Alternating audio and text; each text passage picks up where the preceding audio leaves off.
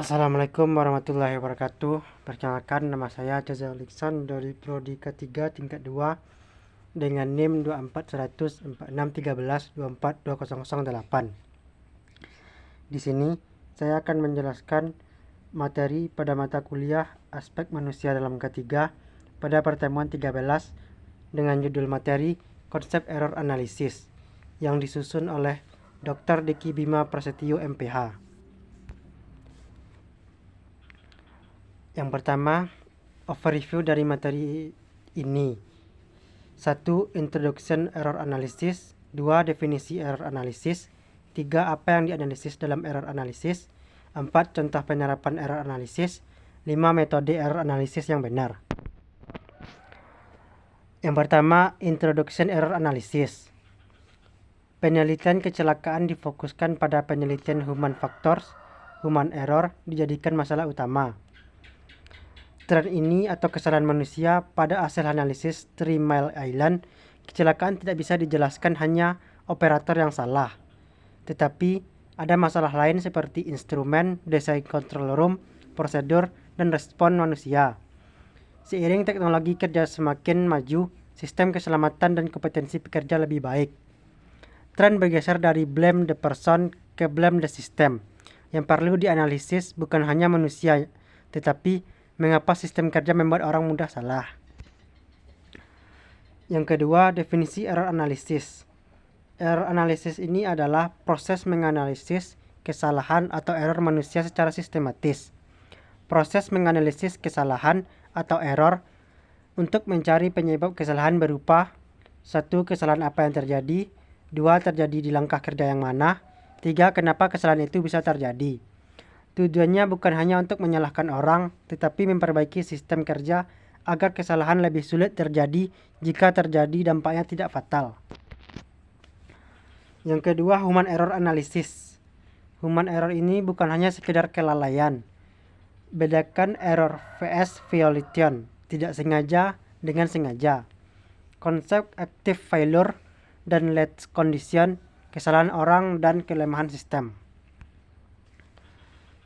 Apa yang dianalisis dalam error analysis? Bagaimana jika kegagalan manusia atau kesalahan dan pelanggaran diidentifikasi sebagai faktor penyebab? Berikut ada gambaran dari human failings. Human failings, skill-based errors. Kemudian ada slip, lapse, mistake, violation, role-based, dan knowledge-based.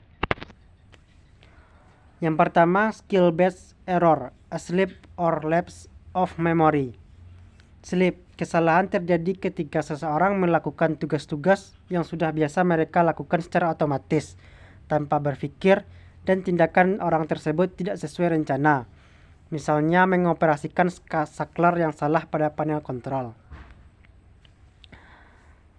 Selanjutnya, lapse, yaitu kesalahan terjadi ketika suatu tindakan dilakukan di luar urutan atau satu langkah. Suatu urutan terlewatkan, misalnya seseorang pengemudi truk telah selesai mengisi tangkinya dan hendak melepaskan selang ketika ia dipanggil untuk menjawab telepon. Saat kembali, ia lupa belum melepaskan selang dan langsung pergi. Jenis kesalahan ini dapat diprediksi dan tindakan dapat diambil untuk mencegah atau mengurangi kemungkinannya. Misalnya dengan pemberian kode warna, daftar periksa, dan penguncian otomatis. Yang kedua, mistake atau error of judgment. Rule-based mistake ini adalah kesalahan berbasis aturan terjadi ketika seseorang memiliki seperangkat aturan tentang apa yang harus dilakukan dalam situasi tertentu dan menerapkannya aturan yang salah. Selanjutnya, knowledge-based mistake. Hal ini bisa terjadi ketika seseorang dihadapkan pada situasi yang tidak dikenal dan tidak memiliki aturan, menggunakan pengetahuannya dan bekerja berdasarkan prinsip-prinsip dasar, tetapi sampai pada kesimpulan yang salah.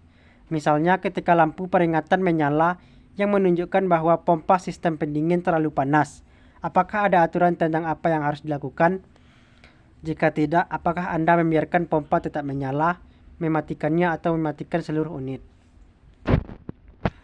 Yang ketiga, faktor pemicu atau error producing condition atau EPCS. Kenapa pekerja bisa salah? Kondisi apa yang membuat kesalahan lebih mungkin terjadi?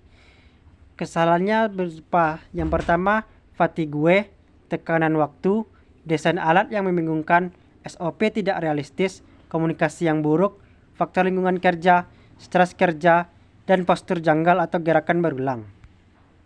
Yang keempat, barir yang gagal. Barir yang gagal berupa guard atau pengaman, interlock, loto atau lockout and takeout, work permit, supervisi, inspeksi, dan signex. Contoh penerapan error analisis. Kasusnya seperti pekerja membersihkan mesin lalu tangannya hampir terjepit. Jenis kesalahannya berupa mistake atau mengira mesin sudah berhenti, atau violation, skip verifikasi karena dikejar waktu. Pemicunya berupa indikator stop tidak jelas, mesin masih costing, fatigue atau tekanan target. Barir yang gagal berupa indikator stop tidak jelas, mesin masih costing, fatigue atau tekanan target. Metode error analysis. Yang pertama, tentukan dulu teks analisisnya. Yang kedua, tentukan error utama di setiap teks analisis. Yang ketiga, identifikasi dan klasifikasikan error type. Yang keempat, tentukan mengapa error tersebut bisa salah atau EPCS dan PSFC. Yang kelima, tentukan barrier gagalnya karena apa. Yang keenam, buat perancangan HOC. Jadi kesimpulannya, investigasi biasa sering berhenti pada operator lain. Tetapi banyak faktor lain yang dapat menyebabkan human error seperti kelelahan, desain kerja, dan tekanan waktu. Error analisis melangkah lebih jauh, sistem apa yang membuat orang mudah salah. Sekian penyampaian dari materi saya. Jika ada salah dan janggal mohon dimaafkan.